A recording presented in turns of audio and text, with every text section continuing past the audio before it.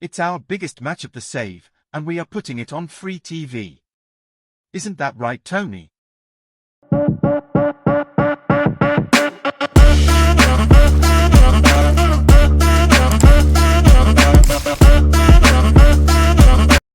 Hey, so I might have fucked up. And for the first two parts of this episode we have no microphone audio. But either way, hey guys, it's the Phantom TEW here with episode 9 of the USPW demo save, where today we have the biggest match of the save so far. Nicky Champion defends his USPW World Championship against his eternal rival Steve Frehley. Frehley sounds weird on this text-to-speech. So as this is a big show, nobody gets the night off. Plus also I don't want to show you this screen as it spoils a big surprise. Make sure you hit the like button if you enjoy this episode, even with the random speech to text, and subscribe to find out when the next episode, which shouldn't have audio issues, is. As we announced in the previous episode, this show will be taking place in Florida. More specifically, we decided to book it in Orlando. The booking team screen featured a spoiler for my big surprise for tonight, so I'm going to skip past that. We got a couple of angles and a creative finish, none of which were that good. Airtac Weasel wanted to work for us tonight, but considering he is 40 and doesn't have very good pop, we decided to pass. Brett Biggins turned up, and despite being older and probably more washed up, the fact that he was a former four-time SWF Tag Team Champion, we decided that he had enough pop to justify bringing him in for one night. The only other major locker room event saw Trent Schaffer bombing as the locker room leader and Malik Chamberlain offering a creative angle for himself. Finally, we held an open forum for the locker room, which boosted a lot of morale. So let's get into the main show, where you get to hear my dulcet tones properly. And we just start off, as always, with the commentators coming out, hyping up the crowd. Bill Bryden, Brock Cornish, and Emily McQueen. A good little introduction. It's a hot crowd, hopefully. Let's get into it. And we kick things off with a promo for Nicky Champion and Steve Frehley. It's the first. This is obviously the focus of today's show. So a lot of the segments are going to be building up to this match. Probably more than you'd be used to. It's a 75. Which is honestly one of the best angles we get to do, and this storyline, it loses heat. A triple threat match goes 15 minutes and a time limit draw. Jamie Quine, Pariah, and Tiffany Jade draw. So, what does that mean? They get 64 wrestling and a 64 crowd, so a 67 overall. 67 for Quine, 66 for Pariah, and 59 for Tiffany Jade. Jamie Quine was actually off her game and was still the best person in this match. And we then get Danny Jalewski announcing, okay, at Red, White, or Blue, it will be a fatal four-way. Alina America will defend against Jamie Quine, Pariah, and Tiffany Jade. And obviously everyone's a different level of excited about this. Alina is mortified that her kindness last week has put her in this outnumbered position. Jamie Quine knows that, hey, full plate of four-way, no DQ. We can get the muscle monsters in to help. Pariah also is thinking the same thing, but having a very different reaction. And Tiffany Jade is honestly happy to have proven herself to get another title shot.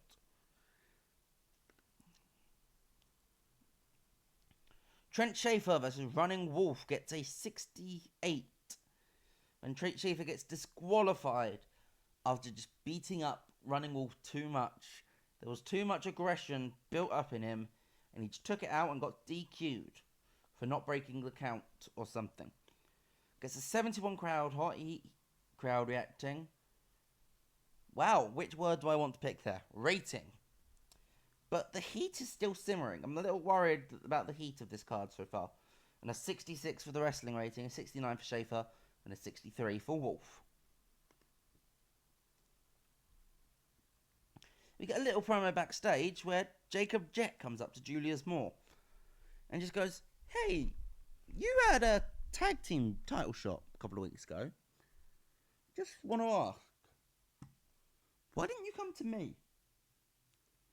I mean, we were tag champions before and we never really had a... we had an amicable split. We're still friends. And yet, you chose to go to DC Reign, someone who was our rival when we were a tag team together. I just don't quite understand it." And Julius Moore tries to defend himself, but you can tell that he does feel a bit guilty. He probably should have gone to Jacob Jett. Gets a 59 overall. Jacob Jett's a good improviser, actually. Oh, this crowd's still simmering. They're not quite reaching that heat yet. As The Business, Rich Money, Funky Fedora, and Dusty DeConte pick up the win over Casey Valentine, Lee LeBarm, and Rick Law. When Fedora pins LeBarm with the slingshot back suplex. How does that work? So does he get him up for the back suplex and rest and bounce his ass on the ropes? Who knows? Or does he bounce his back on the ropes and then swing round? I'm not sure how that works. Let me know what you think in the comments. We also had Eddie Howard distract Rick Law, continuing their feud. It's a 65 overall, wrestling was 59, and the crowd 64, advances the what you know versus who you know. We get a Nicky Champion cutting a promo, hyping up the main event. He's being interviewed by Tom Townsend. Gets a 76 rating. Good stuff. Gets the crowd hotter. That's what we want. Jack Jackson is the lucky one who gets to beat Brent Biggins. Picks up the win in 7 minutes with an implant DDT. Gets a 17.47 wrestling rating and a 53 crowd rating. To fit a 46 overall is actually quite disappointing. That is actually what happened. I assume declining physicality, yes. Jack Jackson's got low morale, and the squash didn't work. Interesting. That's a shame. Steve Frehley cuts his promo backstage, being interviewed by Tom Townsend. Gets a 77. Crowd goes up to white hot, which is exactly where I want them to be for this main event. Which hopefully will be a better match than the Rich Money one, which was our best match so far in this save.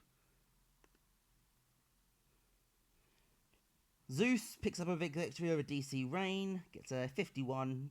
Reign gets a 49, who was really off his game. A 50 for wrestling and a 56 for the crowd. Gets a 49 overall. Again, bit underrating. Crowd's actually gone down to very hot. We get a little bit of a comedy segment here. As Julius Moore's backstage thinking, and in comes American Gold, and they're just having a party around him. And it's this hilarious juxtaposition of Moore looking serious and pensive, and American Gold training around him and feeling excited, youthful energy and all that. And Malik Chamberlain, despite having multiple takes, still could not go without a script. We get our second video package, the pre-match one. We then get Danny Gillespie coming out because he's going to be doing commentary for this main event. That's how big this match is. We're bringing Danny Gillespie out of retirement. And the match gets a 78. That's actually a little disappointing. Why does it get not enough selling? Yeah, lack of selling. See, Frehley got penalised for stamina.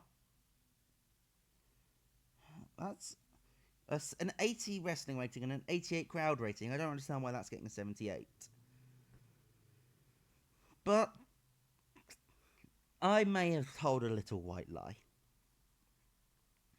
Because that's not the final thing on the show. Nicky Champion is celebrating in the ring when we suddenly hear loud electric guitar strum. And a hooded figure slides into the ring and starts attacking Nicky Champion. He pulls down his hood to reveal the long hair of Jack Bruce. Jack Bruce is in USPW. And he grabs a mic and he starts cutting this promo. You know what? I have always been the top star of American wrestling. Even when people tried to claim that USPW was the biggest wrestling company in the world, I was down there in SWF and I was still bigger than anyone in this company. So, when Danny Gillespie contacted me saying, hey, I know you're 50 and practically retired, but USPW just needs you. We just don't have enough stars anymore. Well, I just had to accept it, didn't I? Because that's the thing, USPW has never had stars. Sam Strong wasn't a star. The only star in wrestling is Jack Bruce, the original rock star. And now, Jack Bruce is going to show you what a star is at Red, White and Blue. When even at my old age, I take this title off of your supposed champion. See, you even had to name him champion because everyone knew he wasn't a star. Once I'm done with him, his name will just be Nicholas who? And he holds up the USPW World title as the cameras go off air. A 69 rating, which is tied for our best show, still loses us in a lot of regions, as we started our big storyline for the end of this save.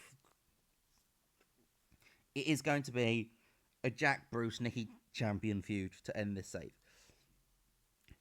He's been asking for someone new. He's got someone new. Not young, but new.